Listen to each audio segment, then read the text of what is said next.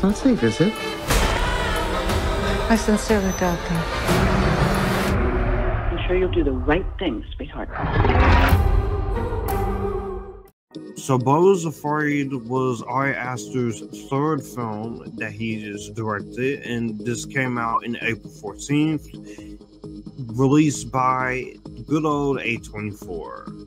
It stars Joaquin Phoenix, Patti LuPone, Parker Posey, Stephen McKinley Henderson, and Joaquin Phoenix. This tells the story of a man whose name is Beau, and he is a reserved man who makes regular visits to a therapist to manage his anxiety and find himself challenged when he embarks on a tumultuous and emotional odyssey to get home to his mother. That's pretty much the plot of this movie. When it comes to Beau's Afraid, this was one of my most anticipated films of 2023 because I have grown around on Hereditary. I think Hereditary is a good horror film. It's not the greatest horror movie out there because the ending and there's a few decisions in the script that does kind of let it down a little bit, but overall I still really like that movie. Midsommar, I have only watched once. I remember liking it because I did do a review on it in 2019, but I have not rewatched the movie since then, and I'm a little scared to watch it. But when it comes to this, I initially was going to watch it when it came out, but there was so many mixed reactions and negative reactions towards it, positive and negatively wise, that I just didn't really get around to watching it on the first time around. A lot of crazy intensity going on when it comes to it that I just skipped it until it was able to watch on streaming and such. And now that having seen the film, I have said this on my Letterboxd review. This movie, I have an extreme love and hate relationship with this movie. This is the second time with a movie I felt this way. The first being my watch of Superfast. It was a conflicting movie because for everything I enjoyed, there's always something in this movie that frustrated me. So the best way I'm going to try and do this, I'm going to be as nice about it as I can when it comes to it. Going into the positives when it comes to Beau's Afraid is, I will say, no matter what you think of Ari Aster, whether he is super indulgent or you love the man, this is one of the most unique voices in terms of filmmaking and film directing that we've gotten recently. We have people like Robert Eggers, and of course you have Jordan Peele and so many other good directors, Mike Flanagan and such. I will say Ari Aster does a very good job in terms of the direction here. I get what he's going for here with being afraid of things and being anxiety filled and taking you on this crazy ass odyssey journey, which at first I thought, you think from the trailers this is gonna be the Curious Case of Benjamin Button, so I clearly much enjoy that part of things when it comes to the direction, and I get what he's going for. We'll talk about the writing in a bit, but I just want to say I do appreciate the fact that Ari Aster, he had a vision and he made it happen. He and his cinematographer Paweł Pogorzelski once again does some very great cinematic shots. There are moments that is vivid, it's crazy, it's colorful, it's out there, it has a lot of ambition, and that's the thing I really do admire when it comes to it. The way certain things are framed and certain things are shot and lit, and just it's visually feasting for the eyes. Whether you love this movie or hate this movie, it is visually stunning. So I have to give the movie credit in terms of that. I will also say the score by Bobby Kralik, who did a really good job on the music for Blue Beetle, I think is actually really damn good here. It's fantastic as well. Themes of having anxiety and being scared are definitely there, and I definitely appreciate the effort that As someone who has mental health issues and someone who deals with anxiety issues, I can kind of relate to a lot of this movie for the most part. I definitely can relate to what this movie is going for and what this movie is out here trying to say. I get that.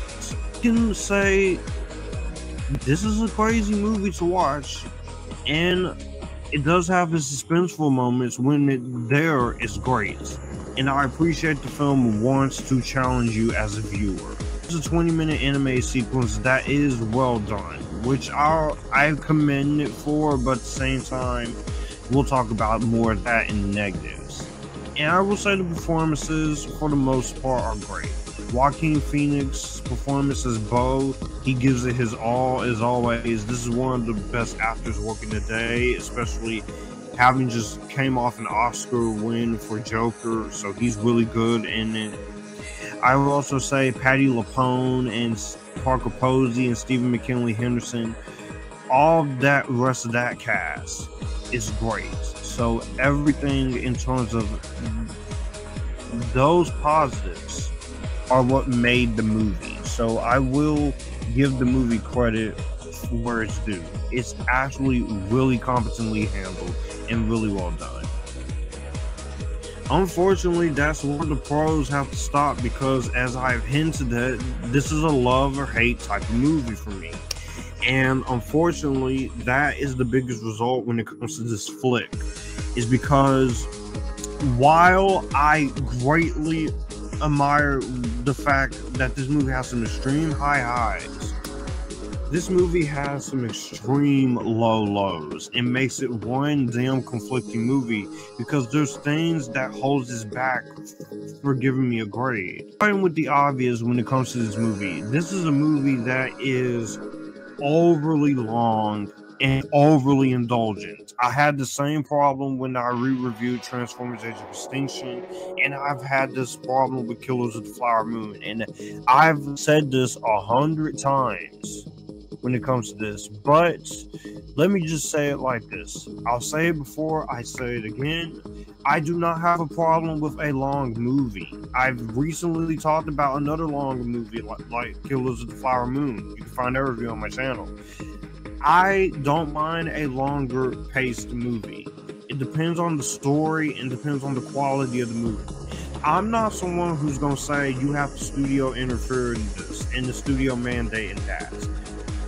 I just feel like there's better ways you can handle a runtime of 3 hours by getting your point across. There's some of the greatest movies of all time are long, like The Lord of the Rings, or few Harry Potter movies, or The Ten Commandments, or Lawrence of Arabia. I get that. I get why this movie will resonate with some people for the length that it is. For me, this is a movie that I easily could have taken 20 minutes out of this movie, and you would have had a satisfying experience under 2 hours and 10 minutes. Because with this movie, while I admire the animated sequence, and while I admire the film's runtime to challenge you, this is a movie that overstays its welcome. And I feel like Ari Aster, as he continues to go on, is becoming more self-indulgent and more overly pretentious sometimes. And I hate having to say that word because I don't like saying that word, but sometimes I gotta call it like it is.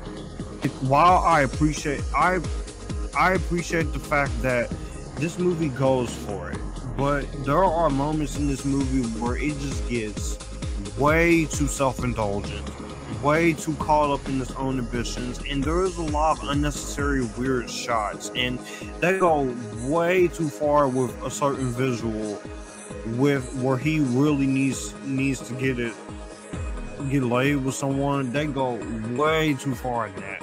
Are you suicidal? To the point where you have him literally running around without any clothes on, which, I'm sorry, I am a heterosexual guy, I don't need to see that personally in a movie like this.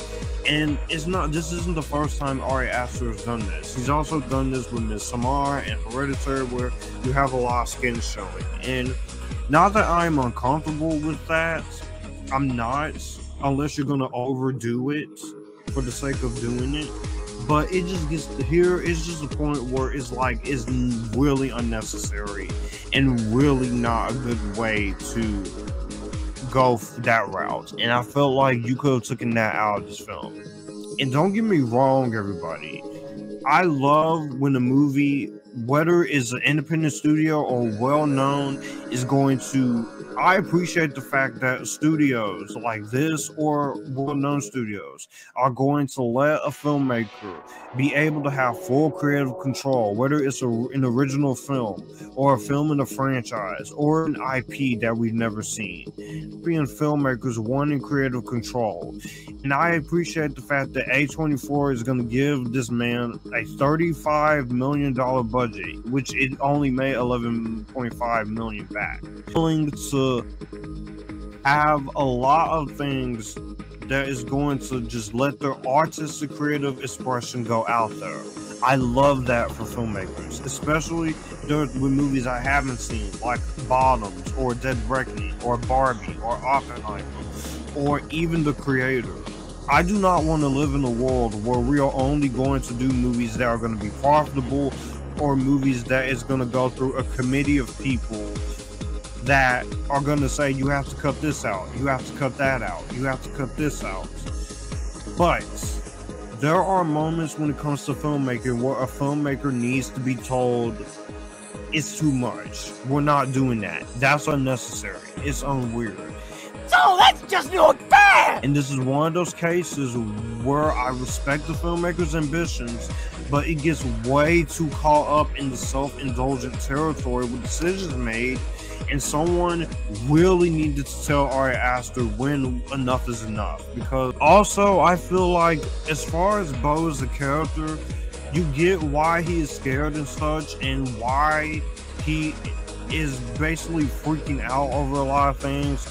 Don't get me wrong, I can relate. There's a lot of things I freak out over. There's a lot of things I'm scared of, too. And I felt like Bo as a character, and a few of the other characters could have been fleshed out a lot more for us to really like and really enjoy the character. Say here. And for a movie that's taking you on this tragic comedy, surrealist, black horror, kind of Benjamin Button type thing, it kind of helps when you have something like that in terms of this, where you have at least some more likable characters. I really cannot fucking stand the mother in this movie. Patti LuPone is great. Zoe Lister-Jones does great as young Mona. But there is just a part of me that it feels way too heavily indulgent with the mommy issues being freaking beaten over your head. And it's like, no, I get that, but it's just like, are you serious? 5-act structure. This has been done better in other movies like The Girl with the Dragon Tattoo and such, but this just, it freaks.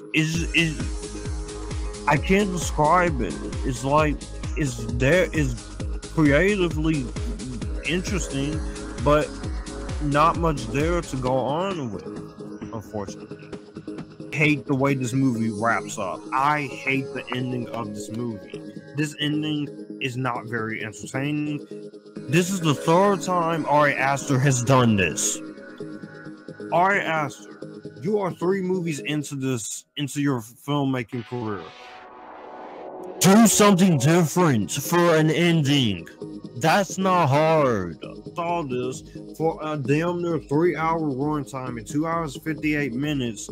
It would be a freaking blessing if you would have one of these main characters survive the journey. It just pisses me off a little bit watching this damn movie. It pisses me off that he is 3 movies into this and he refuses to actually do a different ending. Why does every ending have to be downbeat? My biggest negative when it comes to this movie is the reason why I stayed away from this movie until October.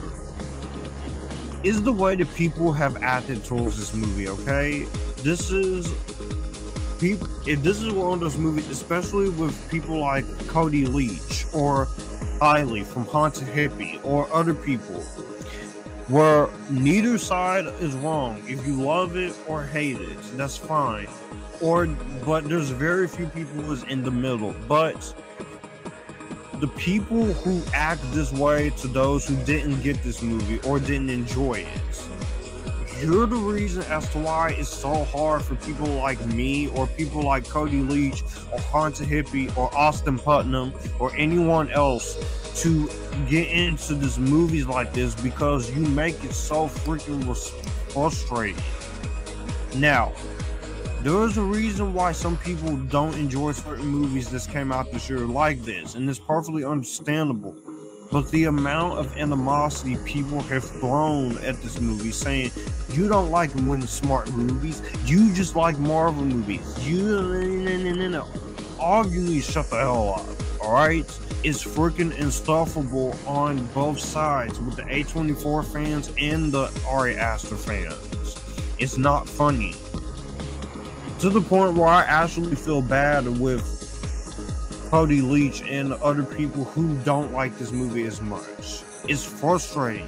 And it's recently with Killers of the Flower Moon, which people say if I don't watch this said movie, we're killing cinema, we're killing the theatrical experience, we're killing originality, along with that's being made with every IP franchise film every time. No, we're not. It's just not everything is going to be for a certain group of people, and that's fine. And this is clearly one of those cases where I respect it, but it's just not a movie for me. The odds are not going to be in your favor when it comes to this movie. There's been a lot of mixed reactions, a lot of positive, a lot of negative. There's very few who's in the middle. I'm in both sides, where I see the craftsmanship, I see what Ari Aster is doing, but I can also see a lot of people being turned off by some of the weird stuff when it comes to this movie. I love when a movie challenges you. I like when a movie is willing to push buttons, especially in the comedy or horror. I love when a movie is wanting to take some high ambition. You need movies like this to balance out the remakes and the sequels and the reboots and stuff. I'm repeating myself from the Marvels review, but I have to repeat it here. I like when a movie is willing to do things that no other film is going to want to do. I get that. But this doesn't automatically mean it's going to make for an entertaining watch. Some of you who love this movie, great. Some of you who hate this movie, great. Just take that for what you will when it comes to this. Again, as I said in my review of the Marvels, know what you like what you like, and hate what you hate. And leave other people the fuck alone for liking what they like. Conclusion. Beau's Afraid is a movie that has some really strong high highs. There's a lot going on here, but this movie has some very low lows. I appreciate the fact that Ari Aster has a lot of ambition and he puts it to use and is on full display in this movie. And I appreciate the fact that A24 tried to do something that's extremely out there. However, this is one of those movies where I walk away disappointed, because for everything good I enjoy, there's always things in these movies that frustrates me. And this is also a movie I don't see myself going back to often. So, it's a movie, in the words of so many people, a movie that I respect rather than I enjoy. And I'm not gonna give this movie a grade, because I still don't know where I stand. So this is gonna be one of those movies where I'm gonna leave it ungraded. Well, that's gonna do it for the video that you just watched. If you want to see more, my channel icon is up here. If you want to see more content from me, All my social medias are right here in this end card. I will also leave a playlist and a video here for you to see what the channel is about. As always, acknowledge me, stay epitastic, join the epitasticness, and you guys keep it cool.